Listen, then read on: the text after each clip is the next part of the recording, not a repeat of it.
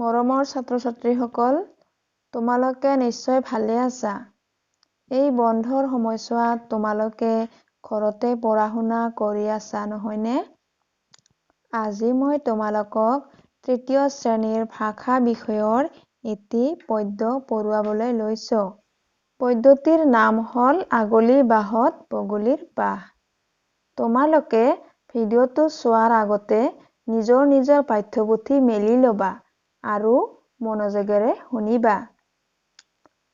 মই তোমালোকক প্ৰথমে পদ্যটি স্পষ্ট আৰু শুদ্ধ উচ্চাৰণেৰে পঢ়ি শুনাম।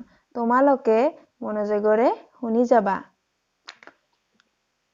আগলি বাঁহত বগলীৰ বাহ, ল'ৰাহঁতে চোৱা বৰ হাকুটিৰে লৰাইছে আমৰ ডাল, কত যে আম ক'ত যে পৰিছে কাষতেই আছে খাল। আগলি বাঁহত দেখিছানে বাৰু বগা বগলীৰ বাহ, ল'ৰাহঁতৰ এদিন পৰিল চকুত কৰোঁতে আহ যাহ। খুৰাই ক'লে নাভাঙিবা দেই নিৰীহ চৰাইৰ বাহ, অতি যতনেৰে বাহটি সাজিছে গোটাই শুকান ঘাঁহ। বৰষুণ পৰি হৈছে পিছল কাষৰ আলি বাট, খুৰাৰ দেহাও থৰক বৰক বাত বিষ আছে গাত।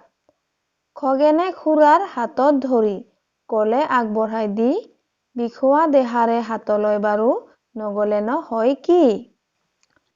তোমালোকে ভালদৰে শুনিছানে? এইবাৰ মই তোমালোকক কবিতাটো আবৃত্তি কৰি শুনাম।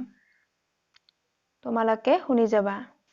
আগলি বাঁহত বগলীৰ বাহ, ল'ৰাহঁতে চোৱা বৰ হাকুটিৰে লৰাইছে আমৰ ডাল, কত যে আম ক'ত যে পৰিছে কাষতেই আছে খাল। আগলি বাঁহত দেখিছানে বাৰু বগা বগলীৰ বাহ, ল'ৰাহঁতৰ এদিন পৰিল চকুত কৰোঁতে আহ যাহ।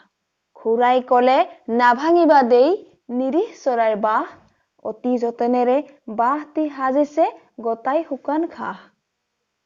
বৰষুণ পৰি হৈছে পিছল কাষৰ আলি বাট, খুৰাৰ দেহাও থৰক বৰক বাত বিষ আছে গাত। খগেনে খুৰাৰ হাতত ধৰি ক'লে আগবঢ়াই দি, বিষোৱা দেহাৰে হাতলৈ বাৰু নগলেনো হয় কি।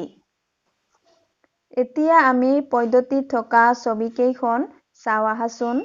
ছবিকেইখনত তোমালোকে আম গছ, বাঁহ গছ আৰু বজাৰৰ ছবি দেখিছা হয়নে? আম গছৰ তলত কেইজনমান ল'ৰা-ছোৱালীয়ে বৰহাকুটিৰে আমৰ ডাল লৰাইছে। বৰহাকুটি মানে জানানে? বৰহাকুটি মানে হ'ল বাঁহৰে দীঘল এছাৰি। এনেদৰে আমৰ ডাল লৰোৱাত আমবিলাক গছৰ তলত কৰবাত মাটিত, কৰবাত খালৰ কাষত য'তে ত'তে পৰিছে। ছাত্ৰ-ছাত্ৰীসকল, তোমালোকে আমৰ বাহিৰেও আৰু অইন ফল দেখিছা নিশ্চয়, হয়নে? সেই ফলবোৰনো কি কি? সেইবোৰ হ'ল আম, জাম, লেটেকু, বগৰী, পনিয়ল, জলফাই আদি। এই ফলবোৰ খাবলৈও তোমালোকে নিশ্চয় বৰহাকুটি ব্যৱহাৰ কৰা হয়নে? এই ছবিখনত দেখিছোঁ বাঁহ গছ। তোমালোকে বাঁহ গছ দেখিছানে? দেখিছা নিশ্চয়। তোমালোকৰ ঘৰতো আছে হয়নে? আৰু ওচৰৰ গাঁৱলীয়া ঠাই বা পাহাৰতো দেখিবলৈ পাবা। বাঁহ গছত কি আছে? বাঁহ গছত বগা বগলীৰ বাহ আছে। চৰাই-চিৰিকটিয়ে গছৰ ডালত অতি যতনেৰে বাহ সাজি থাকে আৰু এই বাহবোৰ আমি ভাঙিব নালাগে, কাৰণ এই বাহবোৰ ভাঙি দিলে চৰাইৰ থাকিবলৈ ঠাই নোহোৱা হয়। এতিয়া কাষৰ ছবিখনত বজাৰ দেখিছ, হয়নে? তোমালোকে বাৰু কেতিয়াবা বজাৰলৈ গৈ পাইছানে? নিশ্চয় পাইছা। বজাৰত কি কি দেখিবলৈ পাওঁ আৰু কি কি হয় ক'ব পাৰিবানে? বজাৰত বিভিন্ন ধৰণৰ বস্তু কিনা বেচা হয়। বিভিন্ন ঠাইৰ পৰা মানুহ আহে আৰু সকলো ধৰণৰ লাগতিয়াল বস্তু বজাৰতেই পোৱা যায়। ছাত্ৰ-ছাত্ৰীসকল, তোমালোকে ছবিবোৰ চাই ভালদৰে বুজিব পাৰিছানে? যদি ভালদৰে বুজিব পাৰিছা তেনেহ'লে ভাল কথা। আৰু যদি বুজিব পৰা নাই তেনেহ'লে তোমালোকে মা-দেউতাৰ লগত আলোচনা কৰিবা। নাইবা তোমাৰ বিদ্যালয়ৰ ছাৰ বাইদেউৰ সৈতে যোগাযোগ কৰিবা। আজিলৈ ইমানতে সামৰিলোঁ। ধন্যবাদ।